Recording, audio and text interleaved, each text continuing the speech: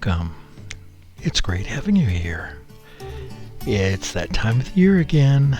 The sheep are having their lambs, the grass is greening, the trees are filling out, everything is just beautiful. After the storms we had, it is such a pleasure to be able to go out and enjoy the greenery and the life that is so abundant this time of the year. And I hope you're getting an opportunity to get out and enjoy it as well. This particular soap is made from sheep tallow and sheep milk. And when I was putting this video together, I made one of my big mess-ups in regard to not making sure that my camera was on when I thought it was, and so I missed part of the video, and for that I apologize. So if it looks a little jumpy at one point, if it just suddenly jumps from one area to another, you'll know the reason why. Patrick was at the camera.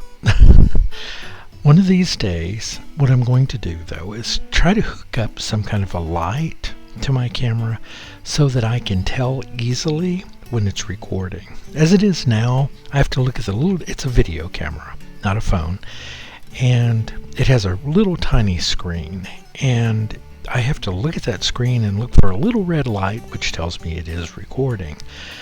And sometimes I have misinterpreted that light. So I think what I'm going to do is hook up an external monitor so that I can actually see what I'm doing while I'm doing it. I think I feel very confident it would prevent this from happening again.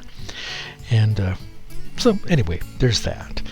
So much going on. I've been filling some big wholesale orders recently, which have kept me really busy, in addition to creating some things that I haven't had time to do videos for. So I've been trying to restock the Etsy store, and I do plan on getting back to doing my lather bubble tests.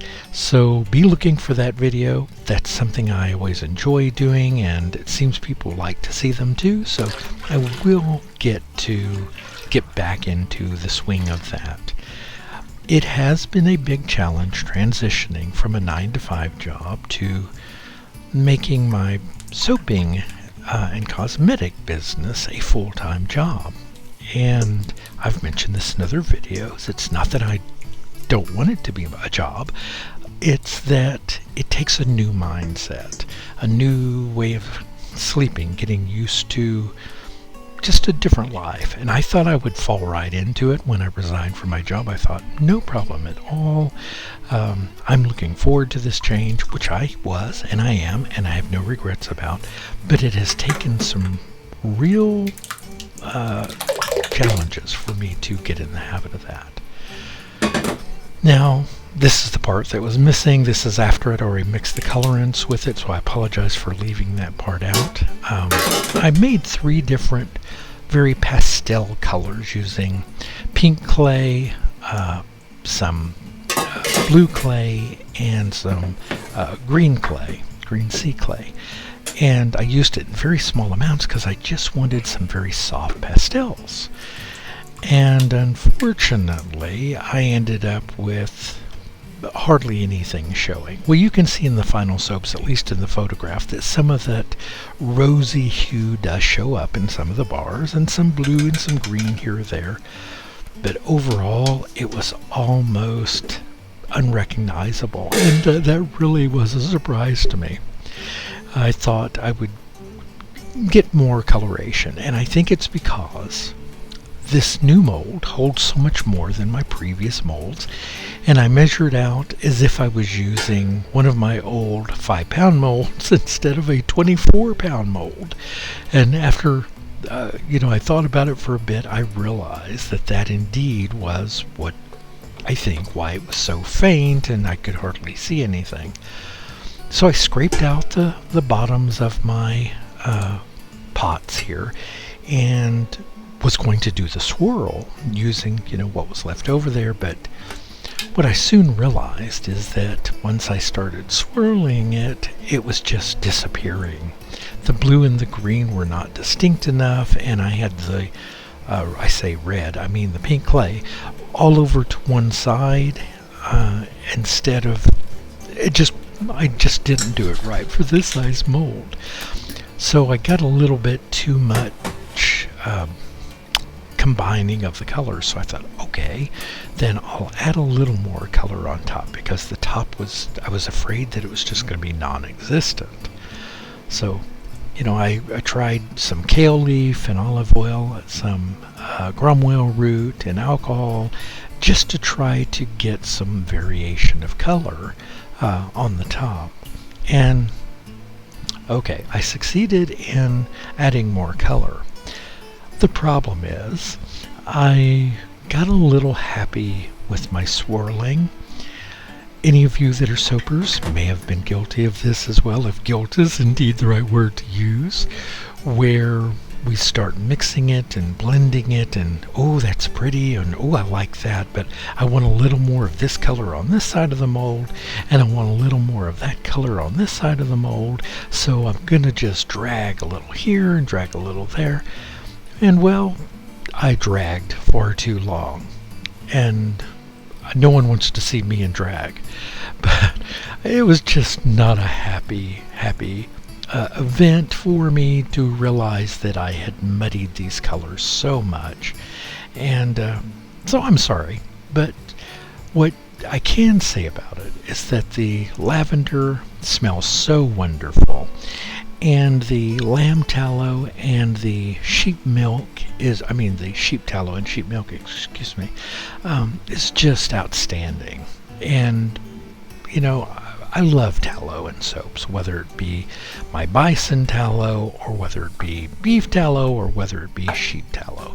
They all give first of all, you get a really hard bar, a longer lasting bar, but in addition to that, it is so like the makeup of our own system that it's not harsh on the skin. As a matter of fact, it's actually very soothing to our skin. That's why so many people like milk soaps and tallow soaps, is that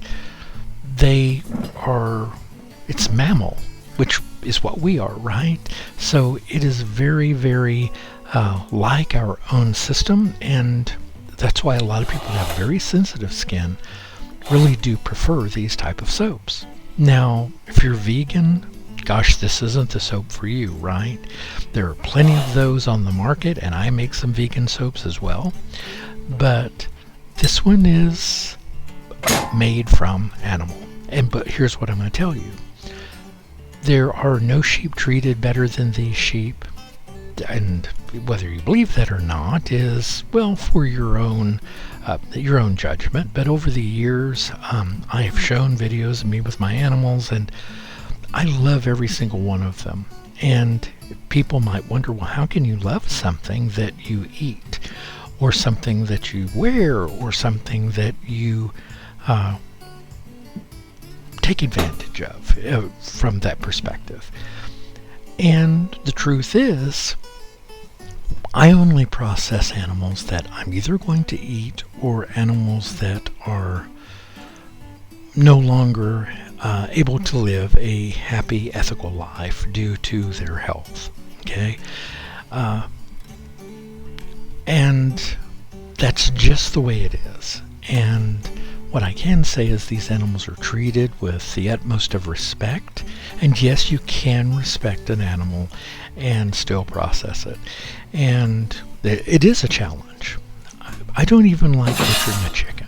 Listen, I'm going to be honest with you. I don't like doing that aspect of it. And if I can get someone else to do it, I do that, because it's just not my forte.